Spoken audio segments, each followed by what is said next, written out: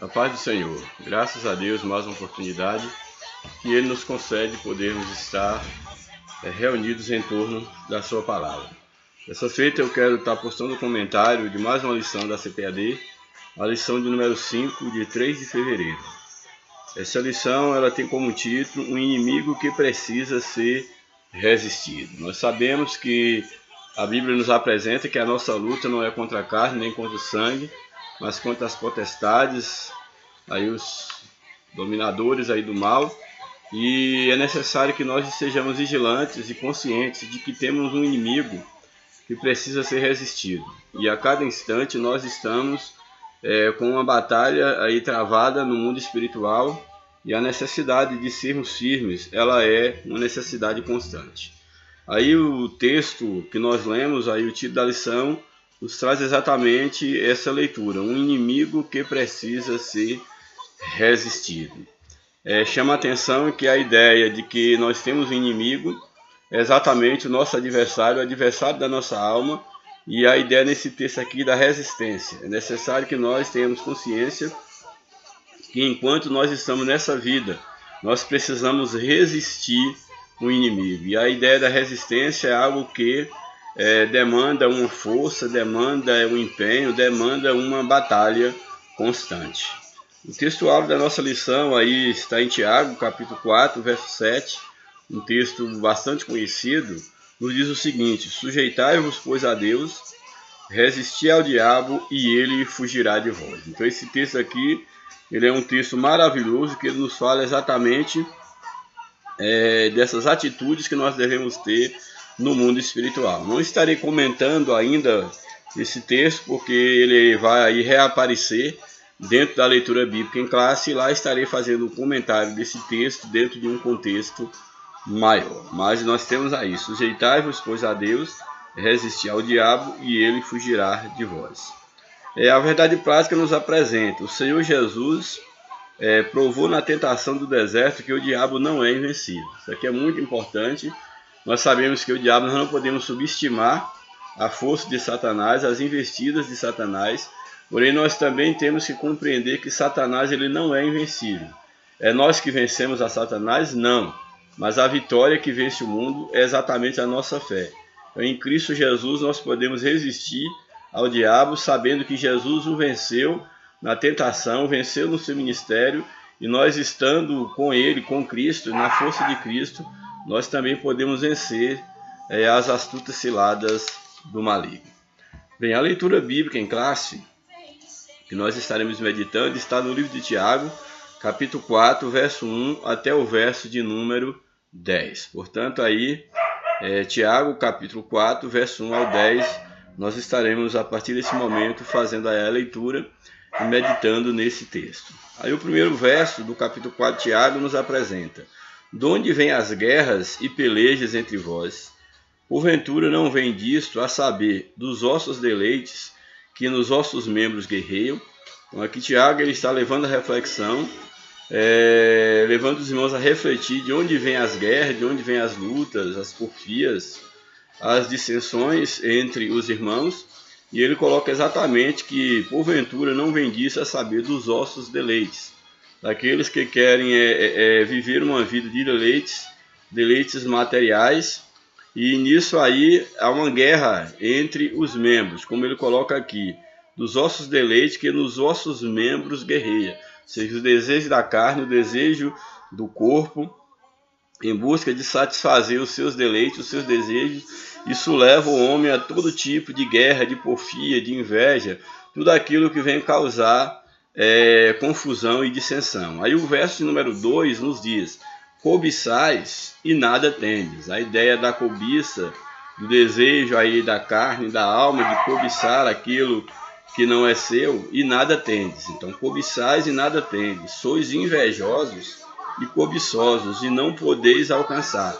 Então, aqueles que estão tomados pela cobiça, pela inveja, que são obras da carne, eles, apesar de serem invejosos, de serem cobiçosos, nada eles podem alcançar, uma vez que a cobiça e a inveja é um pecado, é algo reprovável diante de Deus. Combateis e guerreeis, e nada tendes porque não pedis. Então aqui Não é pela via do combate, da guerra, da cobiça, da inveja que nós alcançamos alguma coisa, mas o texto está colocando que nada tendes porque não pedis. Então, a lição que nós temos aqui é que a via para nós alcançarmos as bênçãos e o favor da parte de Deus é exatamente buscando nele, não tomando o caminho da porfia, da inveja, da contenda, mas é apresentando diante de Deus as nossas necessidades, sabendo que Ele tem o cuidado de nós e que Ele dará para nós aquilo que nós necessitamos, o melhor. Aí o verso 3 nos diz: pedis, mas e não recebeis, porque pedis mal. Uma outra coisa interessante e que eu quero chamar a atenção de vocês aqui é que nós devemos aprender a pedir ao Senhor. Não devemos cobiçar, não devemos ter inveja, mas devemos pedir. E esse pedir deve ser um pedido feito com sabedoria. Porque muitas das vezes o que nós pedimos não é necessariamente aquilo que nós necessitamos, não é necessariamente o que nós precisamos. E é necessário que nós tenhamos, nós saibamos que nós devemos apresentar diante do Senhor as nossas queixas.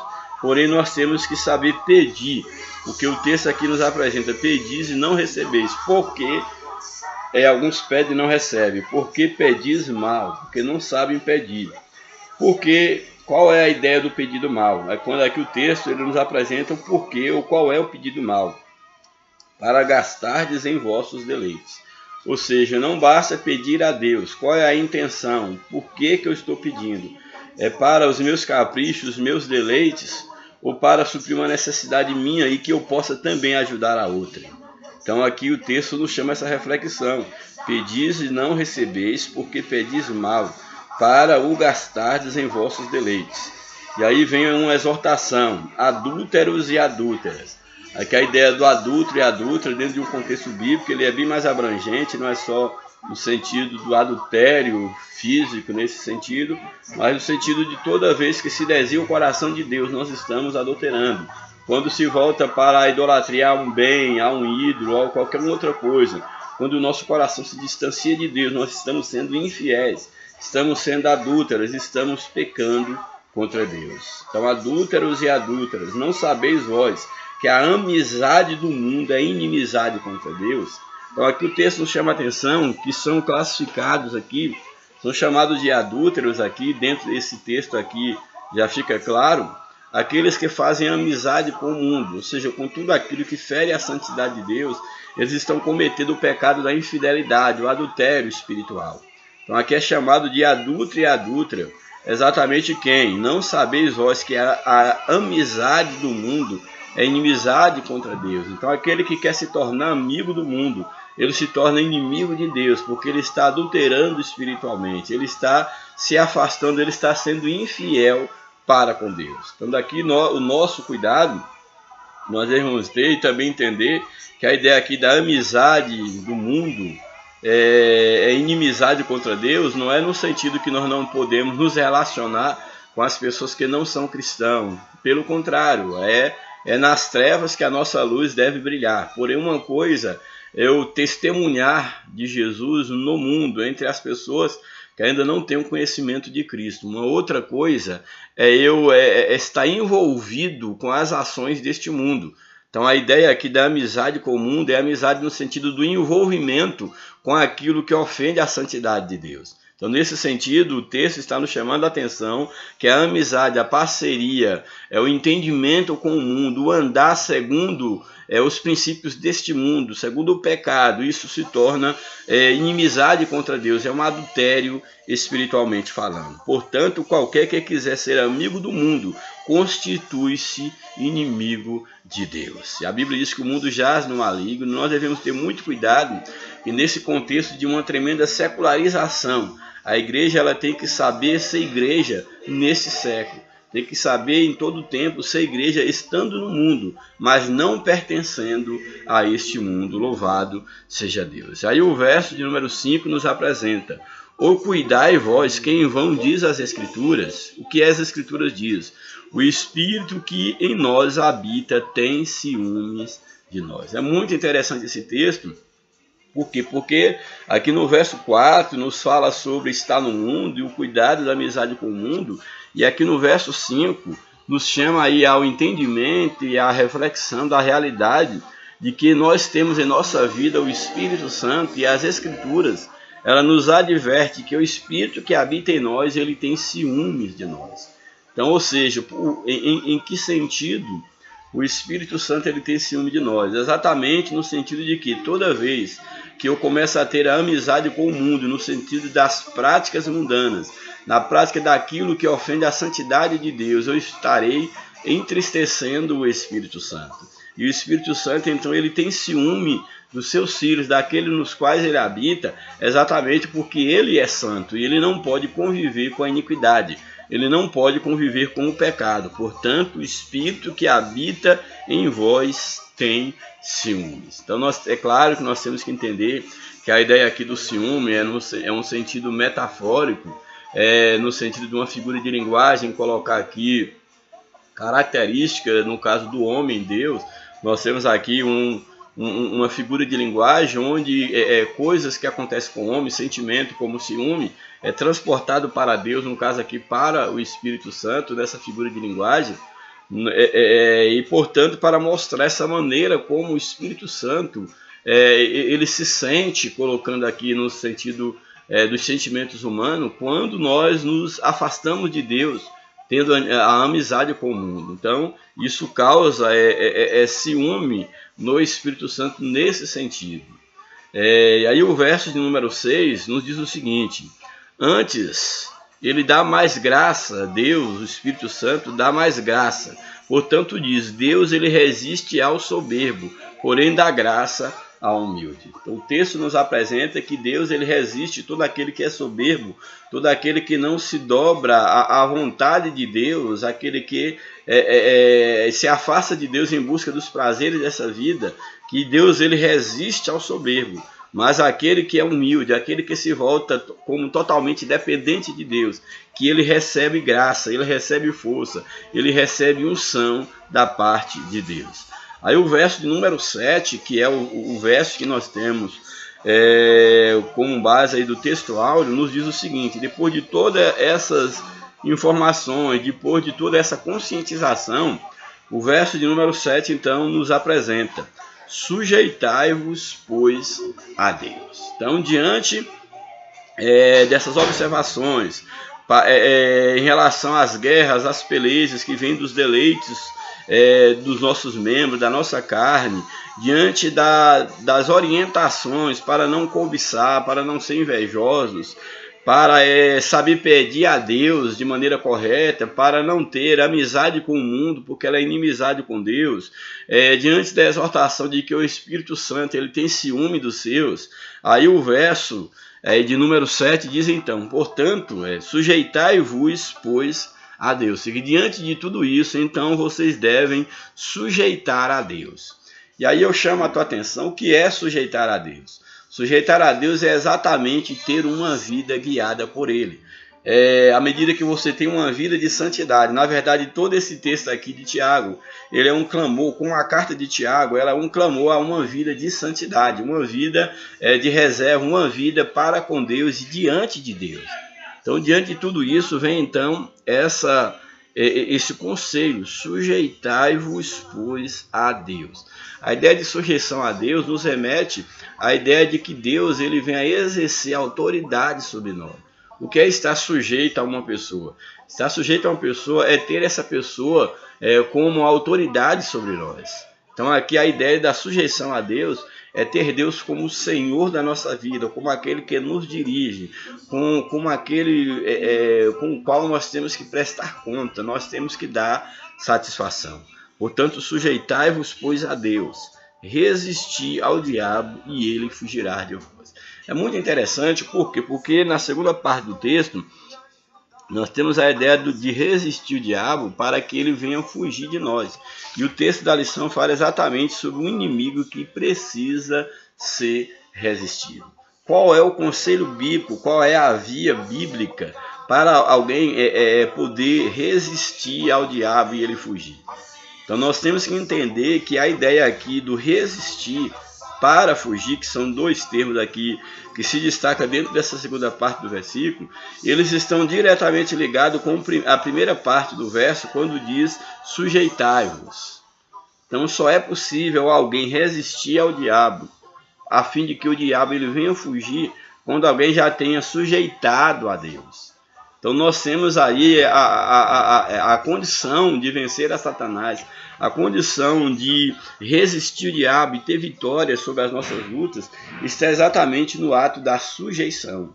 Então esse é um caminho muito claro, uma via muito clara que a Bíblia nos apresenta, que para que o diabo ele seja resistido, para que nós continuemos mantendo resistência, firmeza diante das ciladas do diabo, a fim de que ele venha fugir, ele venha ser vencido, é necessário que nós nos sujeitemos a Deus.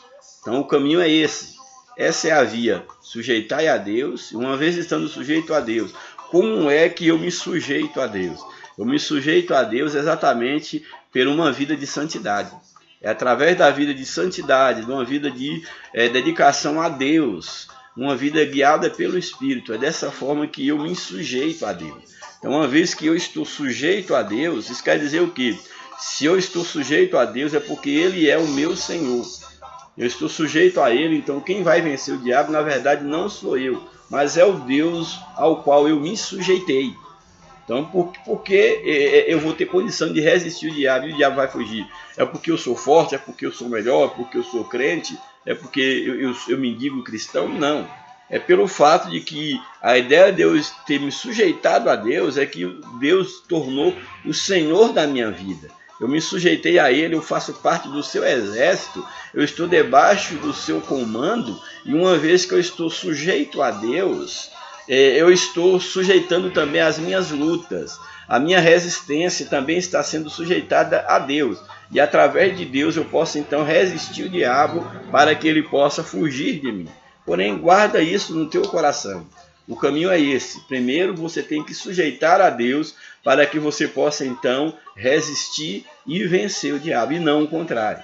Nós sabemos que infelizmente existem muitos que querem vencer na vida espiritual, mas que não têm uma vida sujeita a Deus, mas pelo contrário, têm sujeitado ao diabo e têm resistido à presença de Deus. E jamais eles poderão ter vitória contra as ciladas do inimigo. Portanto, está aí a receita, está aí o ensinamento da palavra de Deus. Se você quer resistir, continuar resistindo o diabo, e que ele seja vencido na tua vida, é necessário uma vida de sujeição a Deus. E uma vez que o indivíduo, uma vez que o cristão sujeita a Deus, ele vai estar consciente de que, o verso 8, chegai-vos a Deus e ele se chegará a vós. Então todos aqueles que estão sujeitando-se a Deus, eles devem estar chegando-se a Deus, e uma vez chegando-se a Deus, Deus está também se chegando a Ele, que é o que nos diz aqui o verso 8. Chegai-vos a Deus e Ele chegará a vós.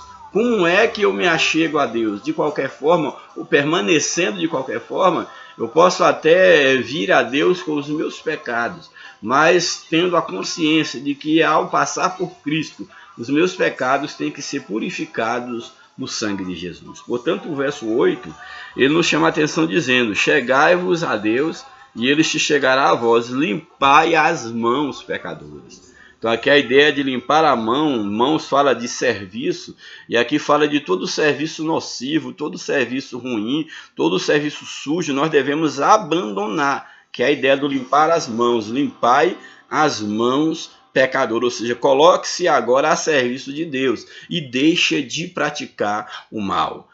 Então é isso que é o sentido do texto: limpai as mãos, pecadores, e vós de duplo ânimo, que fica cocheando entre dois pensamentos indecisos quanto às coisas espirituais, e vós de duplo ânimo, purificai o coração, ou seja, tenha um coração sincero, tenha um coração firme, saiba o que queres diante de Deus, não ficar cocheando entre dois pensamentos. Então existem aqueles que estão com as mãos limpas em fazer o mal, e existem aqueles que estão com o coração dividido. E é necessário que nós entendamos que Deus, ele não divide o trono do nosso coração com nenhum outro ser.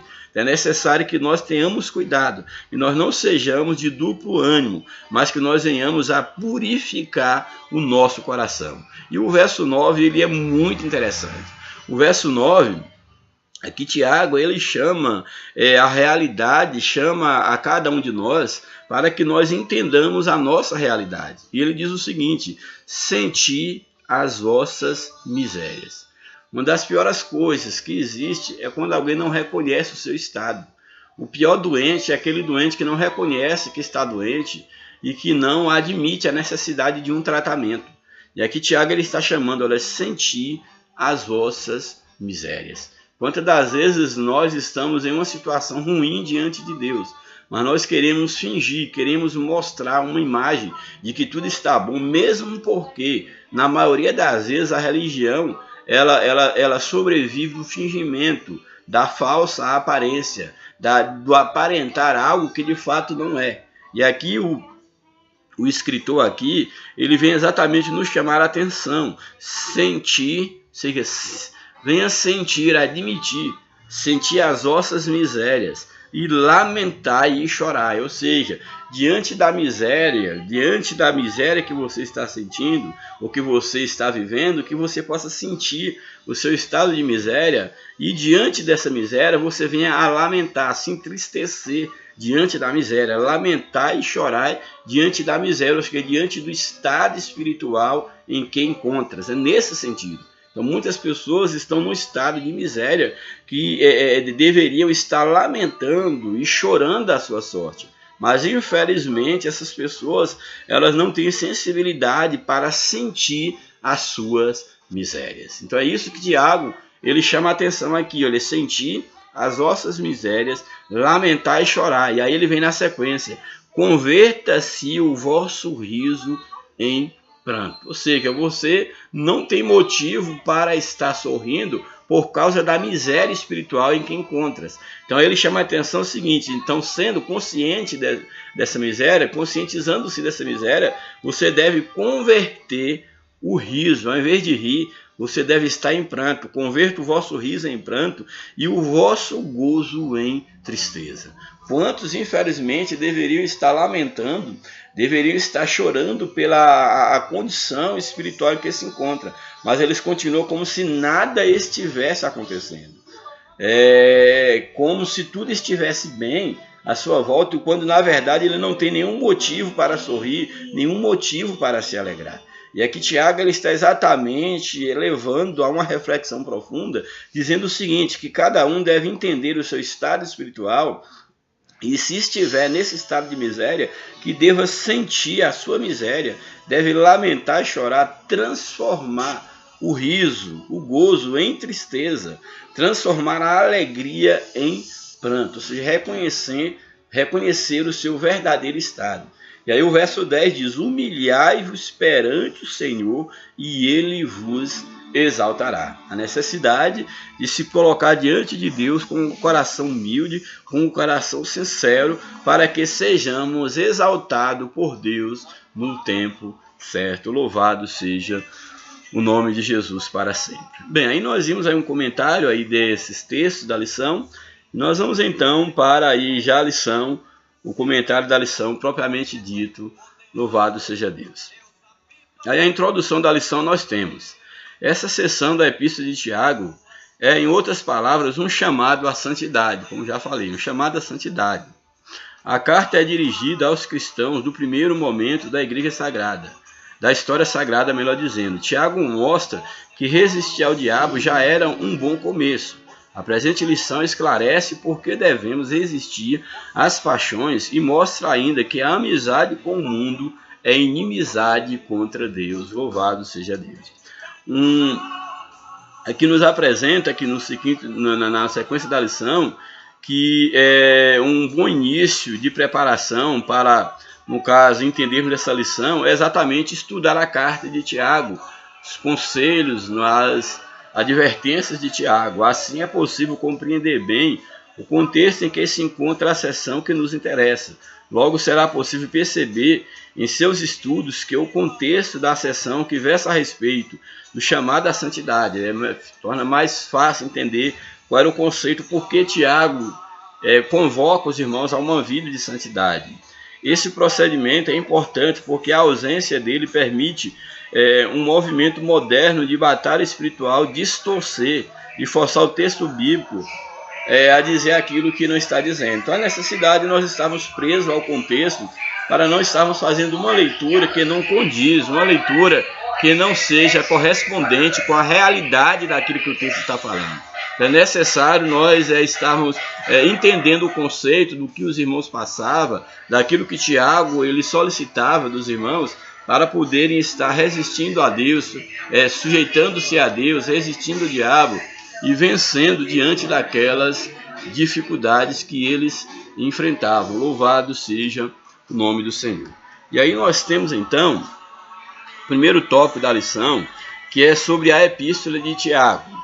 A Epístola de Tiago é o escrito mais antigo do Novo Testamento e tem por objetivo evitar desentendimento entre os discípulos de Cristo. Segundo a maioria dos expositores bíblicos, a sua composição não vai além do ano 45 depois de Cristo. Portanto, uma das mais antigas epístolas aí da Bíblia e do Novo Testamento. O destinatário de Tiago.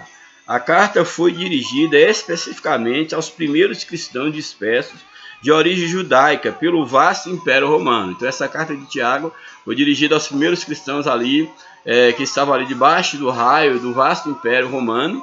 Essa carta foi dirigida, segundo o próprio livro de Tiago, capítulo 1, verso 1. E de maneira geral, essa carta é dirigida a todos os crentes em Jesus Cristo, em todos os lugares e em todas as épocas. Por quê? Porque as advertências, as doutrinas, os ensinamentos de Tiago, eles são atuais para a Igreja de Cristo em qualquer tempo e em qualquer parte. Trata-se de um livro prático, muito próximo do Sermão do Monte, proferido por Jesus em Mateus 5 ao capítulo 7. Importantíssimo para a conduta cristã. Então, o livro de Tiago, assim como a maneira do Sermão do Monte, dito por Jesus, é um livro muito prático de ensinamento para a vida doutrinária, a vida sadia da Igreja de Cristo Jesus. Aí o subtópico 2, o conteúdo. O conteúdo da epístola parece confirmar essa antiguidade, isso pelos aspectos cristológicos praticamente ausentes. O nome de Jesus só aparece 2 vezes nos 5 capítulos. Há pouco ensino doutrinário, pois a Assembleia dos Discípulos era ainda tida como sinagoga, porque se entrar na sinagoga é uma expressão mostrando que a Assembleia dos Discípulos ainda era chamada de sinagoga, mostrando a antiguidade desse livro. Porque se entrar na sinagoga de vocês um homem. Então essa citação de Tiago 2,2 remete exatamente a mostrar que até então as assembleias dos discípulos ainda era conhecido como sinagoga e não como igreja, mostrando ainda a antiguidade desse livro. O termo igreja aparece aqui em Tiago 5,14, já no final. Mas o emprego da palavra sinagoga como alternativa mostra que Tiago vem de uma época em que os discípulos eram chamados de o movimento de Jesus, mostrando aqui em relação ainda a antiguidade do livro de Tiago. O tema é a separação, ao separar a fé das obras, que é o tema de Tiago, que devemos, se alguém tem fé, que essa fé seja mostrada pelas obras, e fazendo assim Tiago está separando a fé das obras, mostrando que alguém, para mostrar que tem fé, deve fazer isso através das obras, que não há como alguém que dizer ter fé sem a prática das obras. Então, ao separar a fé das obras, a epístola enfatiza um cristianismo prático e nos dá munição para resistir o inimigo e o pecado. Então, não é dizer que tem fé, que serve a Deus de uma maneira apenas superficial. Então, a ideia aqui do texto, ao separar o tema do livro de Tiago, ao separar a fé das obras, exatamente mostrando que as duas coisas elas são imprescindíveis. Não basta querer mostrar a fé, mas essa fé, como é que eu materializo a minha fé? Exatamente através das obras. Então, Tiago, ao fazer isso, ele está exatamente mostrando a necessidade de um cristianismo que esteja além do discurso, que seja um cristianismo prático, que possa ser mostrado através das obras, e é através dessa prática do cristianismo que nós poderemos resistir ao inimigo e ao pecado, vivendo uma vida cristã prática. Então, Tiago ele retoma o tema tratado no capítulo anterior sobre a amarga inveja e sentimento faccioso no coração dos cristãos, próprio de uma sabedoria terrena, animal e diabólica.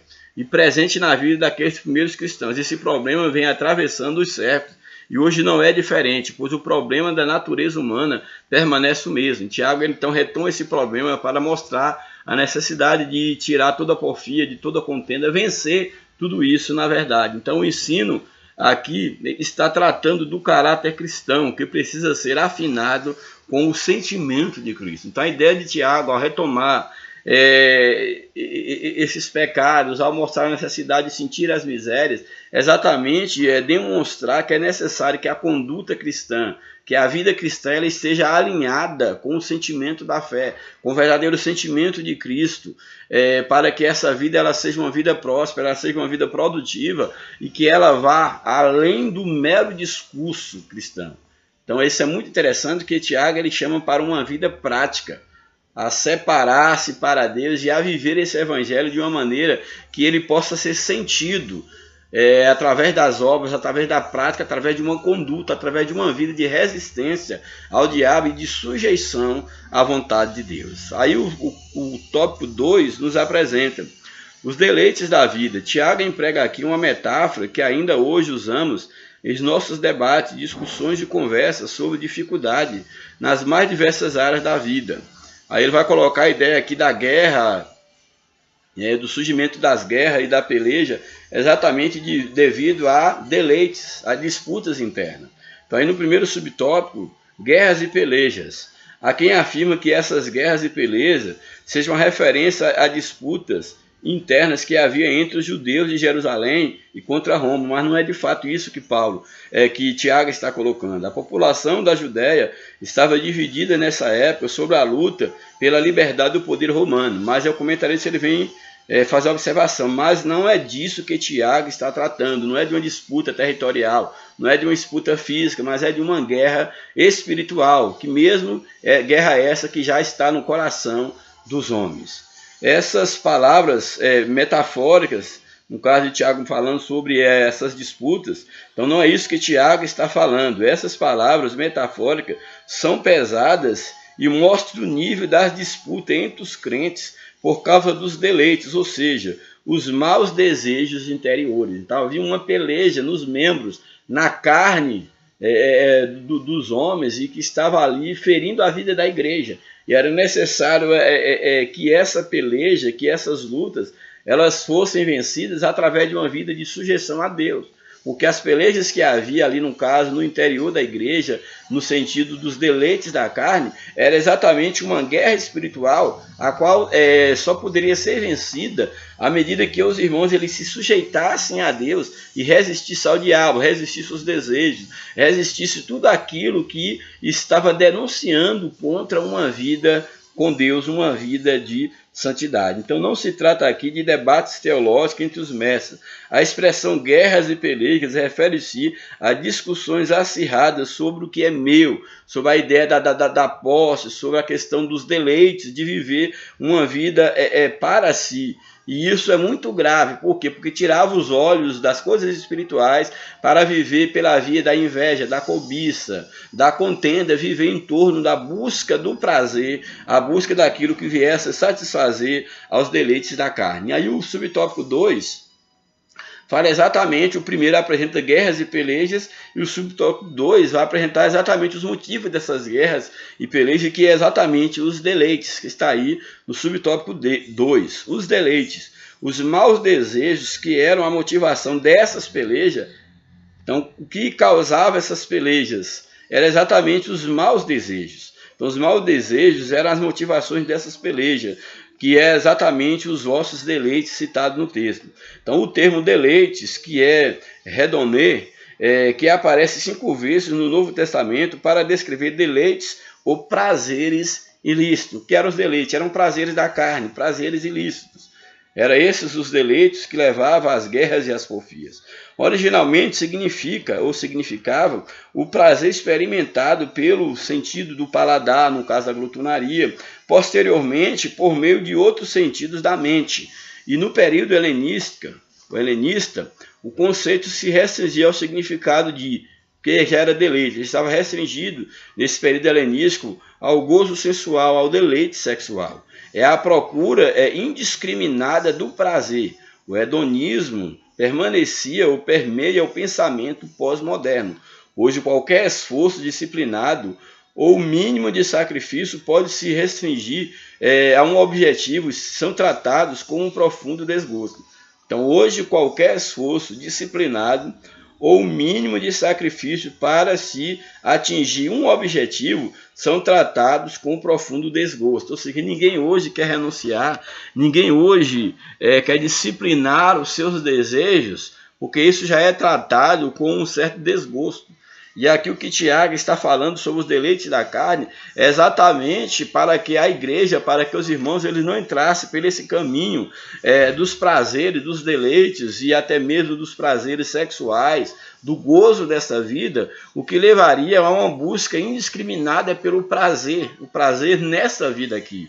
E é exatamente o que tem permeado a sociedade moderna, que é exatamente essa busca, esse pensamento hedonista, do hedonismo, exatamente essa busca desenfreada pelo prazer. É o hedonismo tomando conta da sociedade. E Tiago aqui, ele já alerta os irmãos quanto a essa vida de prazeres, que vivendo para os deleites da carne, que acabava criando guerras, porfias e contendas internas e contenda entre os irmãos. Então ele está orientando a igreja quanto a isso. Aí o o subtópico 3 nos apresenta cobiçosos e invejosos, esse que se entrega aos deleites da carne.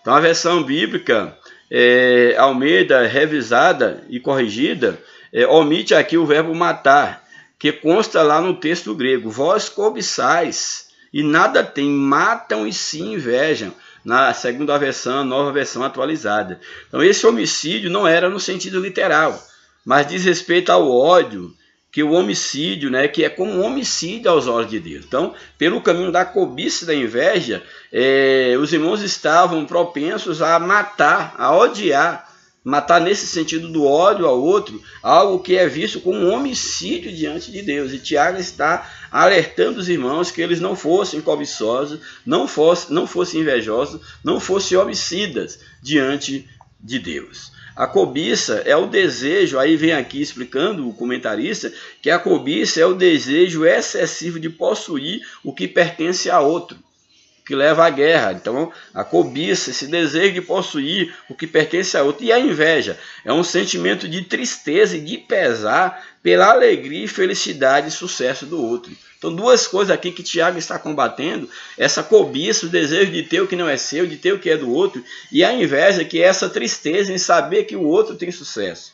Então, a inveja, esse sentimento de tristeza, de pesar porque o outro está, pela alegria do outro, pela felicidade do outro, tudo isso é o tipo de guerra que Tiago está combatendo e que ele mostra a necessidade de resistir ao diabo. Resistir em que aspecto? Não se entregando aos deleites, não se entregando à cobiça, não se entregando à inveja. Essa é a forma de resistir. Esse é o diabo de cada dia que os irmãos tinham que vencer. Era não entrar, não se entregar a uma vida de guerras, de peleja, uma vida de deleite, uma vida de cobiça e uma vida de inveja. Então, nesse sentido que aqui Tiago está cobrando dos irmãos. Então, o cristão deve se contentar com o que tem. Cabe aqui ressaltar que esse ensino não é uma apologia, é bom e interessante aqui, que isso não é uma apologia, é uma vida de miséria, mas é um ensinamento no sentido de você contentar com aquilo que Deus te deu e aquilo que você tem adquirido de maneira justa, de maneira honesta, com o seu esforço, com o suor do teu rosto. Pois nós sabemos muito bem que não é pecado você buscar de maneira lícita ter uma vida, tudo aquilo que seja útil para a tua vida. Isso não há nenhum pecado, desde que isso aí esteja de acordo à vontade de Deus. Então é bom colocar aqui que a ideia de Tiago estar combatendo a cobiça, a inveja, não é querer ensinar uma vida de conformismo, uma vida de miséria, não, mas é que não entremos por esse caminho de estar cobiçando o que é do outro, de estar entristecendo pelo sucesso do outro, mas viver uma vida de dependência de Deus, de sujeição a Deus, sabendo que Ele cuida de cada um de nós. Aí o subtópico 4, adúlteros e adúlteras. Aqui Tiago está chamando aqueles que se diziam de Deus, usando a metáfora aqui do adúltero e da adúltera. quando ele diz: Tiago continua a linguagem metafórica, usada desde o Antigo Testamento para descrever a apostasia de Israel e a sua infidelidade a Yahvé, seu Deus. Então, a apostasia, o afastamento de Deus, é chamado na Bíblia desde o Antigo Testamento como um adultério espiritual. Então, a infidelidade a Deus é em si mesmo um adultério espiritual. Tiago especifica que se trata de um assunto que envolve homens e mulheres, assim como a inimizade, assim como a intimidade, melhor dizendo, assim como a intimidade, o amor, a beleza, o gozo e a reciprocidade que o casamento proporciona, fazem dele símbolo dessa união do relacionamento de Cristo com a igreja. A antítese segue na mesma linha de pensamento, pois, de igual modo, a infidelidade de Israel, ou da igreja, ou de um cristão, é chamado na Bíblia de adultério espiritual ou prostituição, fornicação espiritual. Então, desviar-se de Deus, um cristão, alguém que se diz cristão, mas que está vivendo uma vida de pecado, uma vida de afastamento de Deus, uma vida de estar paquerando com o mundo no sentido espiritual. Isso demonstra uma infidelidade. Toda vez que eu, enquanto cristão, eu estou me voltando para obras da carne, eu estou me afastando de Deus, eu estou traindo a santidade de Deus, eu estou cometendo adultério espiritualmente falando. Daí as observações aqui de Tiago. E um pouco mais à frente, nós temos aí o tópico de número 3, o último tópico da lição, que nos apresenta resistindo ao inimigo. A ideia de Tiago, ao concluir essa sessão da epístola, é a mesma exortação que fez o apóstolo Pedro, inspirado pelo Espírito Santo. Mas vós, ou mais, começando aquele que vos chamou, sede vós também santos em toda a vossa maneira de viver, porquanto está escrito: sede santos, porque eu sou santo. Aí 1 Pedro, capítulo 1, verso 15 e 16. Então, a ideia de Tiago é a mesma ideia de Pedro, é um clamor, um chamado para uma vida de santidade, para que a igreja possa viver uma vida para Deus. O primeiro tópico desse último, primeiro subtópico desse último tópico nos apresenta. Tiago apresenta a receita para resistir ao inimigo. Qual é essa receita? Ele mostra que o Espírito Santo está em vós. Então, o Espírito Santo está em vós, ele tem ciúme de vós. Ele mostra isso, que a ferramenta para vencer o diabo é exatamente ter o Espírito Santo e manter o Espírito Santo em nós, na nossa vida. Então, ele mostra que o Espírito Santo está em nós, o que é confirmado em outras partes do Novo Testamento. Na verdade, o cristianismo é a única religião do planeta que tem o Espírito Santo. Isso aqui é muito interessante, que o cristianismo é exatamente essa religião que ela conta com a presença do Espírito Santo como ajudador, aquele que tem ciúme, que tem zelo por nós, que nos orienta numa vida para com Deus. Assim, o Espírito Santo em nós não quer o coração dividido. É com ciúme que por nós anseia o Espírito Santo, que ele faz habitar em nós, no verso 5. Essa vantagem nos permite viver uma vida santa e resistir ao inimigo. Nisso temos a ajuda de Deus, que Deus ele nos ensina, assim, o Espírito Santo, ele nos ajuda a discernir o mal, a resistir o inimigo e viver uma vida para Deus. E nisso nós temos a ajuda de Deus, que Deus também ele resiste ao soberbo, mas ele dá graça aos humildes. Então, à medida que, com a ajuda do Espírito Santo, eu resisto ao diabo e me sujeito a Deus, Deus também nos ajuda, porque Deus ele resiste ao soberbo, mas ele dá graça aos humildes. Louvado seja o nome do Senhor. E o subtópico 2, a submissão a Deus.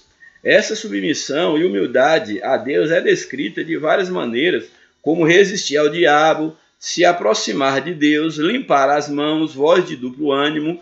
E o duplo ânimo, que é o duplo ânimo? Duplo ânimo, que segundo o comentarista, diz respeito aos crentes indecisos e divididos em suas decisões entre Deus e o mundo. Está cocheando entre dois pensamentos.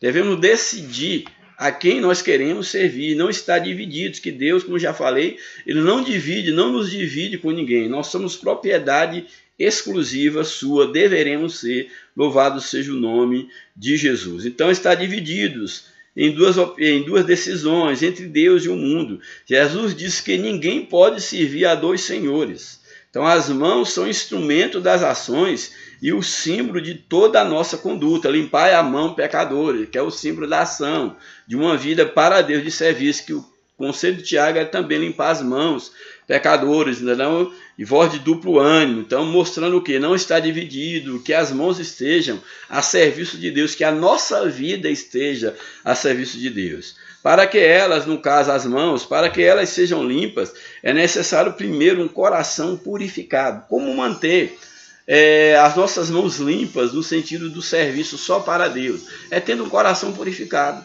À medida que o nosso coração ele é dirigido por Deus, o nosso serviço também ele será purificado, ele será dirigido para Deus. E o último subtópico, os lamentos e os resultados. Tiago continua com suas exortações: sentir as vossas misérias, lamentar, chorar, substituir o riso pelos lamentos, sentir a angústia e nos humilhar diante de Deus para que a seu tempo ele venha nos exaltar. Essas exortações resultam em bênçãos, entre elas a de que o diabo fugirá de nós e o Senhor nos exaltará. Trata-se de uma vitória completa em Cristo.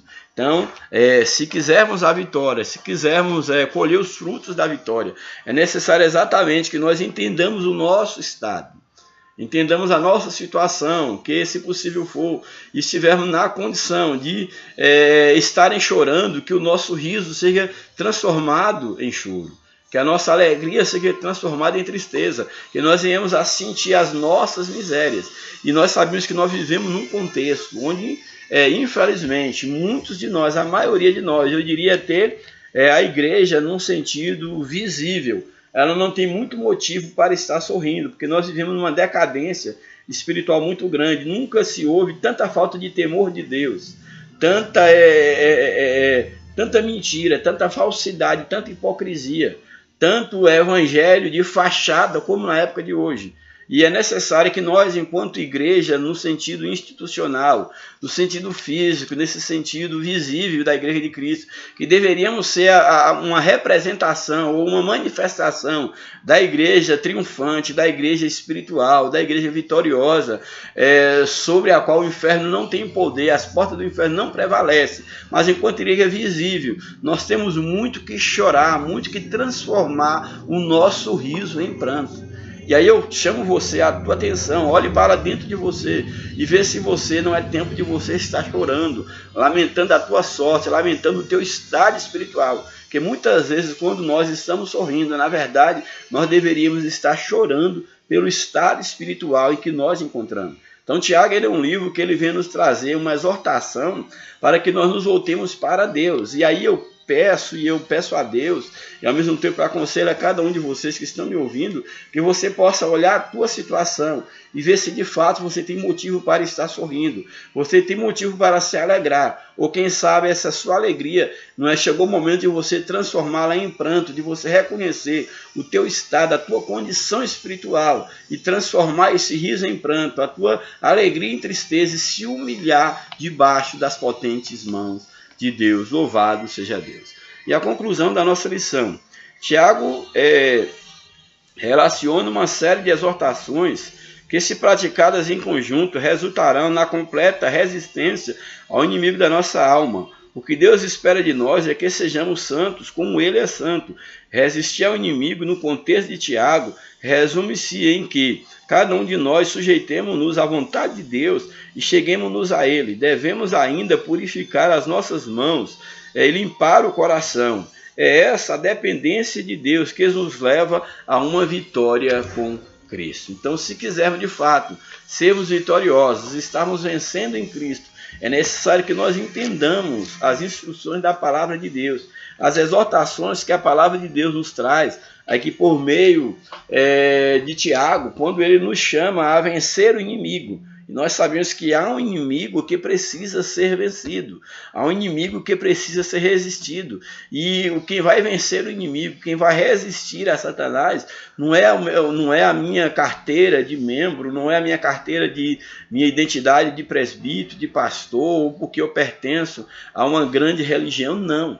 É necessário que nós entendamos que nós só podemos vencer o inimigo se nós estivermos sujeitando-nos a Cristo. Só é possível resistir ao diabo, não é pela força do nosso braço, mas é pela nossa sujeição a Deus. É por isso que Tiago nos chama a atenção: sujeitai-vos, ou seja, esteja na dependência de Deus. Sujeitai-vos, pois, a Deus. Aí, sujeitando a Deus, é possível que resistir ao diabo. E à medida que você vai sofrer que o diabo vai sofrer essa resistência, e ele percebe que não tem como adentrar, não tem como achar espaço, ele vai acabar cedendo, porque maior é o que está com nós, ou conosco, do que aquele que está com o mundo. Então, que Deus nos abençoe, que Deus nos ajude, que nós estejamos conscientes que é necessário nós estarmos aí empreendendo força, que temos um inimigo que precisa ser resistido e que a vitória é nossa no nome de Jesus. Que Deus nos abençoe, um grande abraço, a paz do Senhor e até a próxima oportunidade. Amém.